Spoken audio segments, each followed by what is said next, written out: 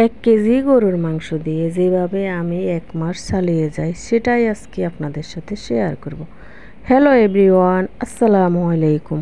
কেমন আছেন সবাই? আশা করি আল্লাহর অশেষ রহমতে ভালো আছেন, সুস্থ আছেন।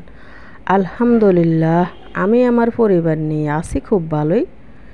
দেশ থেকে, দেশের বাইরে থেকে যে যেখানে বসে আমার আজকের এই ভিডিওটি দেখা শুরু করেছেন, সবাইকে অসংখ্য অসংখ্য ধন্যবাদ। নতুন দিনে নতুন একটা ভিডিও নিয়ে হাজির হয়ে গেলাম আপনাদের মাঝে আমি পারভিন সুলতানা, বাংলাদেশ থেকে। আজকে ভিডিওটা শুরু করলাম বিকেলবেলা থেকেই। ছেলে যখন মাদ্রাসা থেকে আসছে, মাদ্রাসা তো পড়ে না, স্কুলে পড়ে, মাদ্রাসা ওই যে আরবি পড়তে পাঠাই, ও কোরআন শরীফ পড়ে, সবার ওর জন্য দোয়া করবেন। তো আসার পরেও বলছে, আম্মু আমার জন্য একটা শরবত বানান আমসত্ত্ব দিয়ে। তো আমি বলছি, এটা ছিল গতকালকে, তো আমি বলছি না বাবা, এখন তো আমসত্ত্ব দিয়ে শরবত বানানো যাবে না, তুমি বললে তো হবে না, এটা ভিজাতে হবে, তারপরে ভিজবে, তারপরে আমসত্ত্ব শরবত বানাতে পারবো। তা আমি আর দিতে পারি নাই, পরে আমসত্ত্ব ভিজিয়ে রেখেছি। এই আমসত্ত্ব আমার মা দেশ থেকে পাঠিয়েছে। আম সিদ্ধ করে, মানে কুচি কুচি করে কেটে সিদ্ধ করে একদম চালনি দিয়ে সেলে তারপরে আমসত্ত্ব রোদে শুকানো হয়। তো মোটা করে এক লেয়ারে কিন্তু হয় না, বারবার লেয়ার দিয়ে কিন্তু আমসত্ত্ব তৈরি করে আমার মা গ্রামের বাড়িতে। তা আমি ওই আমসত্ত্বটাকে ছোট ছোট করে কেটে টুকরো করে ভিজিয়ে রেখেছি। এখন পরিমাণ মতো এখানে আমি চিনি দিলাম, লবণ দিলাম, 1 প্যাকেট গুঁড়ো দুধ দিলাম 10 টাকা দামের, দিয়ে এই আমসত্ত্বর শরবতটা বানিয়ে আমার ছেলেকে দিলাম। তো ও বলছে আম্মু আপনি একটু খান, তা আমিও একটু ওর সাথে খেলাম। তো আমারও তো মিষ্টি পছন্দ না, আমি তো বলি সবসময় ভিডিওতে, তো এই জন্য আমি অল্প একটু নিলাম।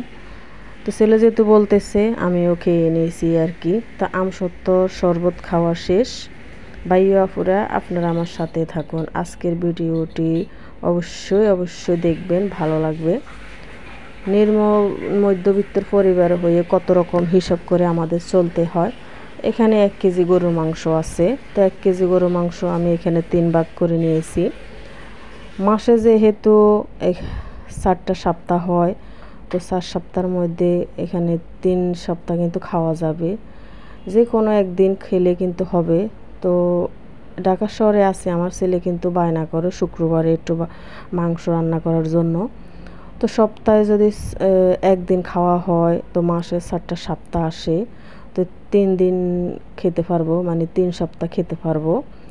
2 ভাগ রেখে দিয়েছি, আর 1 ভাগ যে এখন আমি রান্না করব, রান্নার জন্য আমি একদম সব কিছু ধুয়ে পরিষ্কার করে কেটে চুলার পাড়ে এখন আমি নিয়ে এসেছি এবং রান্না শুরু করে দিয়েছি। পরিমাণ মতো মশলা কষিয়ে নিয়ে তারপর আমি গরু মাংস দিয়ে দিব।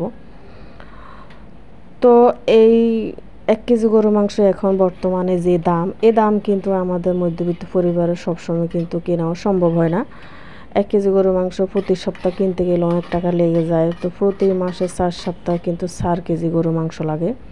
তো 4 কেজি গরু মাংস কিনতে হলে কিন্তু এই অল্প বেতন থেকে বা অল্প আয় থেকে কিন্তু আমাদের মতো মধ্যবিত্ত পরিবার সম্ভব হয় না। 1 কেজি গরু মাংস দিয়ে আমি 3 ভাগ করলাম, বা 2 ভাগ উঠিয়ে রেখেছি, 1 ভাগ রান্না শুরু করে দিয়েছি।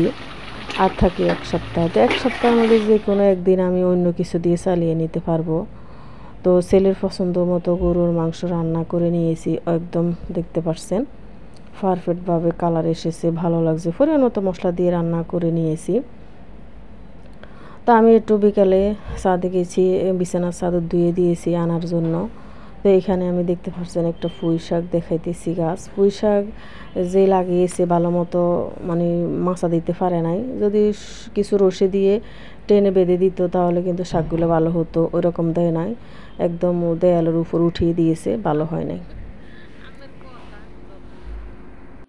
তা আমি যখন ছাদে উঠি তখন কিন্তু এই গাছগুলো দেখতে আমার কিন্তু ভালো লাগে, ছুঁইতে ভালো লাগে। তো যেই দিন আমি ছাদে যাই ওই দিনে আমি এই গাছগুলো দেখি, ওদের সাথে গল্প করি, ভালো লাগে এই আর কি। তো আমার আজকের ভিডিওটা কেমন লাগলো অবশ্যই জানাবেন, কারণ সব কিছু কিন্তু চাইলে পাওয়া যায় না আমাদের মতো নিম্ন মধ্যবিত্ত পরিবারের।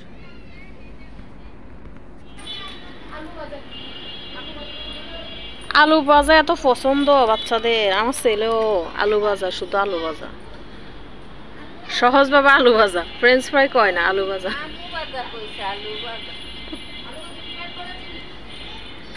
লজ্জাপতি পাতা, লজ্জাপতি গাছ দেখলে অনেক ভালো লাগে। হাইব্রিড লজ্জা, অর্ধেক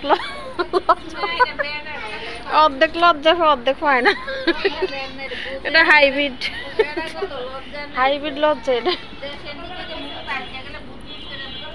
একটা গাছে নাড়া দিলে কিন্তু পুরাটা কিন্তু এই যে ঘুমায় যায়, কিন্তু ওরা কি করে একটু ঘুমায় একটু আবার জাগে। এর নাম রাখছিল হাইব্রিড লজ্জাপতি।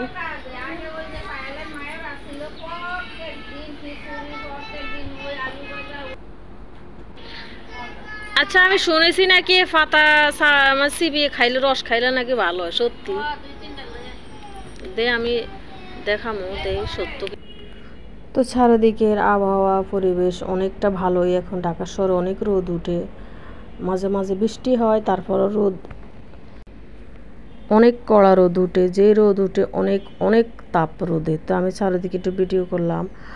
আর যে গরুর মাংসের কথা বলছিলাম, এই মাংসের সাথে কিন্তু আমি 3 ভাগ যে করলাম একসাথে, 1 কেজি যে বেগুন গাছে বেগুন দেখা যাইতেছে, তো 1 ভাগ গরুর মাংসের সাথে আমি কিছু আলু দিয়ে রান্না করে নিয়ে এসেছি। তো মাঝে মাঝে যেমন আলু দিয়ে রান্না করলে কিন্তু একটু তরকারি আয়ও হয়, বরকতও আসে, ভালো লাগে খেতে।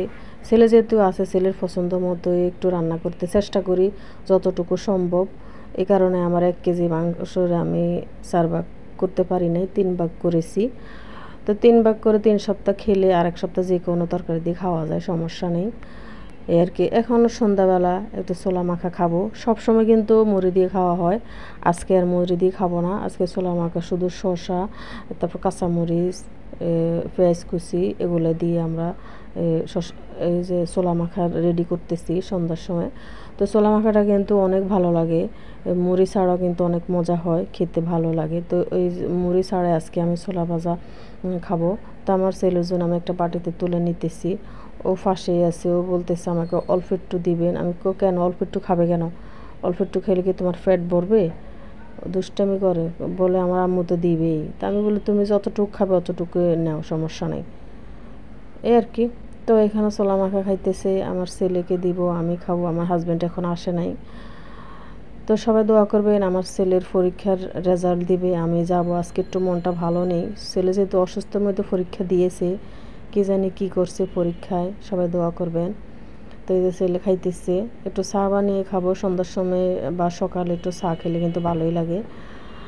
তো যারা এই পর্যন্ত চলে এসেছেন সবাইকে অসংখ্য ধন্যবাদ। আজকে এখানে বিদায় নিলাম। আসসালামু আলাইকুম।